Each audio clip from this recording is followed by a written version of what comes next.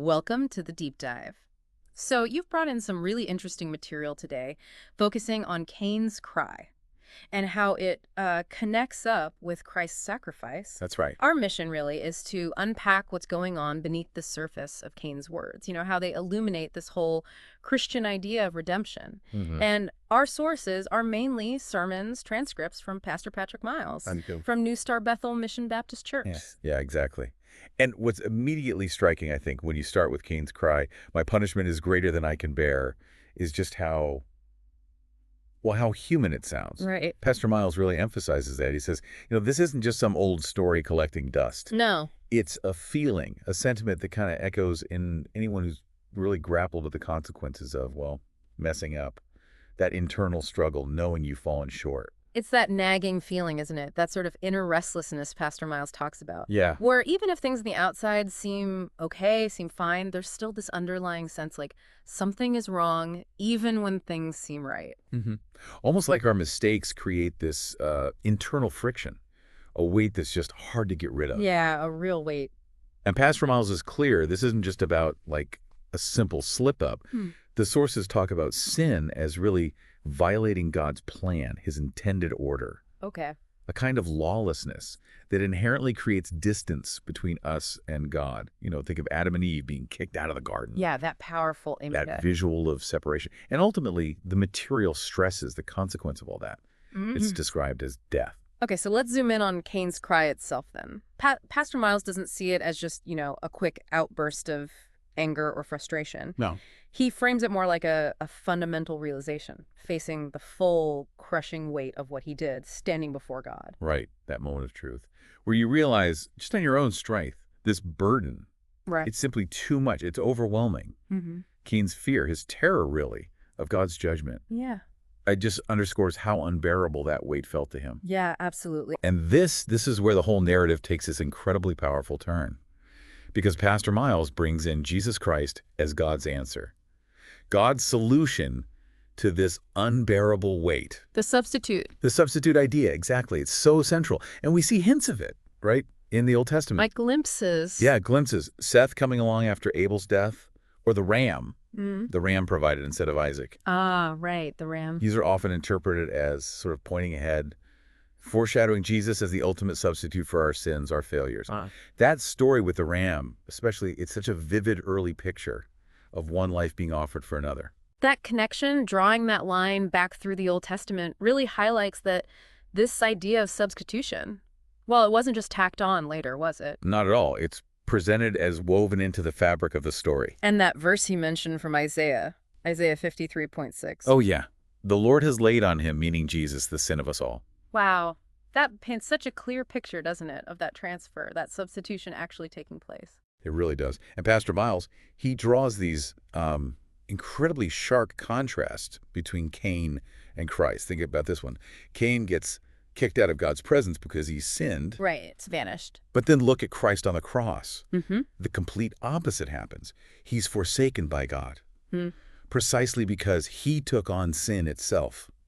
He bore the very thing that causes that separation. That is. Yeah, that's a profound reversal when you stop and think about it. The separation Christ went through was the ultimate price, wasn't it? Carrying the weight of, everyone's sin. Everyone's. And then there's the contrast in what they actually cried out. Cain's lament. My punishment is too much to bear. Yeah, hopeless almost. Whereas Jesus declares, it is finished. Done. Complete. That finality. It signifies the full payment, right? The penalty that we as humans could never have paid on our own. Exactly. Unbearable for us, but finished by him. And look at how they faced judgment. Cain was terrified, paralyzed by fear of God's judgment. Understandably. But Christ, he willingly stepped into that place, took our judgment onto himself. Pastor Miles even brings up the agony in Gethsemane. Oh, right. The garden. Yeah, referencing Luke's account, mentioning Jesus sweating blood. It just graphically illustrates the sheer crushing weight he was taking on. That physical manifestation of the spiritual burden. Right. And even the physical marks offer a contrast. Cain was marked by his sin, a sign of his transgression for all to see. A mark of shame, almost. You could say that. But Christ was marked by the nails of sin, the physical wounds he received while paying the price for sin. Wow. Those visual parallels, they really drive the point home, don't they? They really do. And this whole act, Christ's death, It's described using these significant terms, atonement and redemptive work. Atonement, Yeah, like making things right, reconciliation. exactly. Making amends, paying the debt. The sources really hammer home that Christ paid the price for all our lives. And that verse from Romans 5:8 comes up again.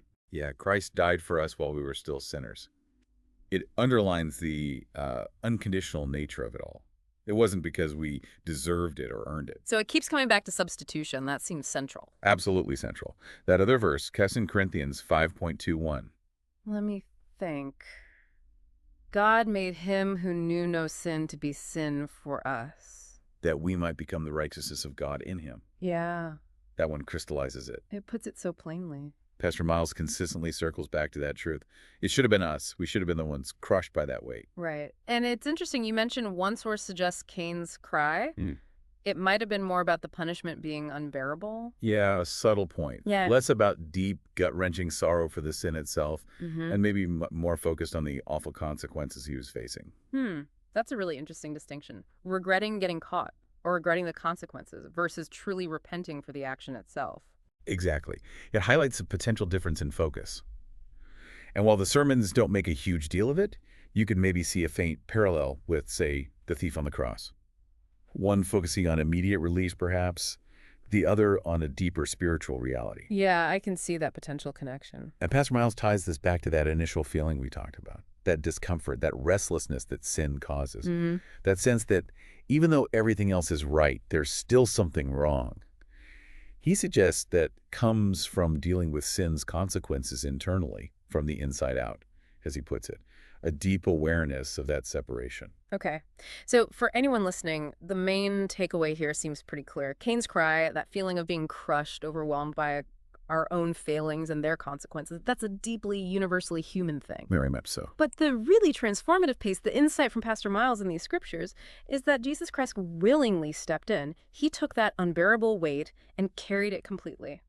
For us, on our behalf. Precisely. And that leaves us with something pretty profound to think about, doesn't it? Yeah. Well, just reflecting on that contrast again, Cain focused primarily on the unbearable consequences of his actions. Christ focused on dealing with the root problem, the sin itself. Okay. So the thought to maybe mull over is, what does it actually mean, personally, in your own life, that someone else has already carried the very weight you could never bear? What are the implications of that substitution? What does that mean for your standing with God right now?